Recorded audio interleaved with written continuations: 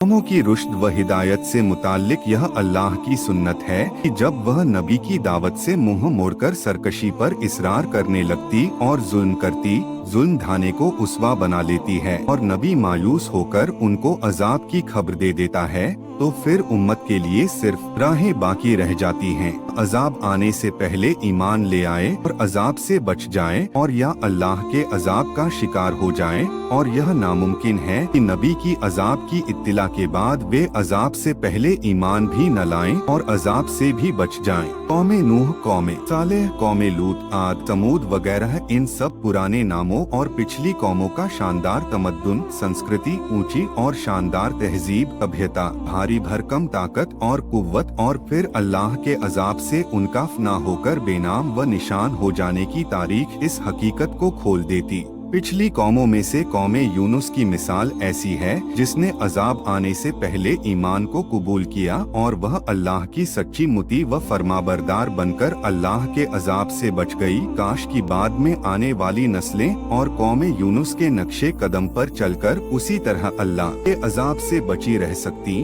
मगर अफसोस की ऐसा न हुआ। नबियों का अल्लाह ताला के साथ मामला आम और खास दोनों से जुदा रहता है और रहना भी चाहिए, इसलिए कि वे सीधे सीधे अल्लाह से मुखातिब होने और बात करने का शरफ रखते हैं। इसलिए अल्लाह के अहकाम के मिसाल में लेने की वह जिम्मेदारी जो उनसे जुड़ी होती है वह दूसरों के साथ नहीं होती, बस उनका फर्ज है कि जो काम भी अंजाम दें अल्लाह की वही की रोशनी में होना चाहिए। खास तौर से दीन की तबलीग और हक के पैगाम से मुताल्लिक तमाम मामलों में अल्लाह की वही के इल्मुल यकीन ही पर उनका मामला लटका रहे। यही वजह है कि जब वे किसी काम में जल्दी कर बैठते हैं या वही का इंतजार किए बगैर किसी कौल या अमल पर कदम उठाते हैं, तो भले ही वह बात कितनी ही मामूली क्यों न हो, उनकी अल्लाह ताला बहुत सख्त पकड़ करता और उनकी इस सूरत-ए-हाल के लिए ऐसी ताबीर करता है कि सुनने वाले को महसूस होता है कि सच में उन्होंने कोई बहुत बड़ा जुर्म किया है, मगर साथ ही उसकी मदद भी शामिल हाल रही है और वह तुरंत तंबीह लेकर गलती माफ करने के लिए दुआ करते हैं और तौबा को काम का वसीला बनाते हैं, जो बहुत जल्द अल्लाह के यहाँ मकबूल हो जाती और उनकी इज्जत व एहतराम में ज्यादती की वजह बन जाती है। कुरान के बयान करने के तरीके में इस सच्चाई की बहुत ज्यादा अहमियत है और जो इस सच्चाई को नहीं जानता उसके लिए इस किस्म के मौके ज्यादा उलझनों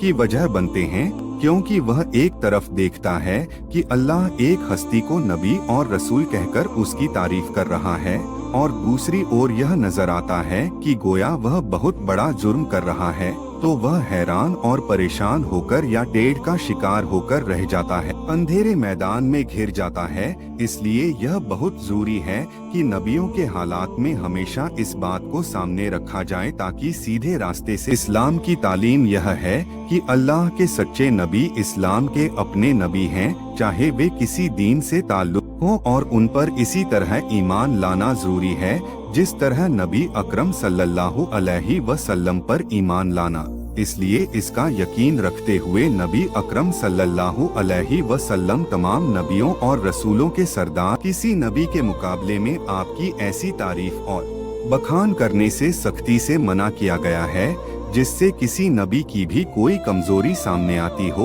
जैसा कि आम तौर पर मीलाद की पाई जाने वाली मजलिसों में इस अहम हकीकत से ना आशना मीलाद ख्वानों के शेर में यह मना किया गया। नोट, हजरत यूनुस के किस्से से मुताल्लिक पुरानी आयतों की तफसीर में तफसीर लिखने वालों के इख्तिलाफ, जिसकी बुनियाद ज्यादातर लुगत और ग्रामर पर है, शामिल नहीं किए गए।